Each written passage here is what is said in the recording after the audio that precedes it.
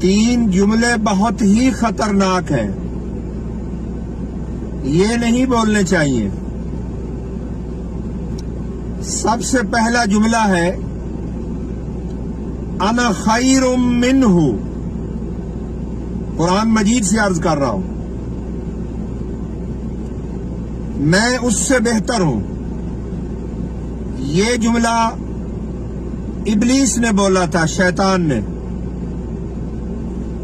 اس نے کہا تھا انا خیر منہ، میں آدم سے بہتر ہوں۔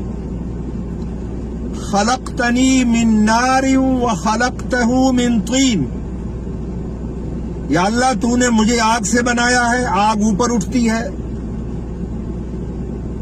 اور پاورفل چیز ہے، جبکہ آدم کو آپ نے مٹی سے بنایا ہے، مٹی نیچے بیٹھتی ہے۔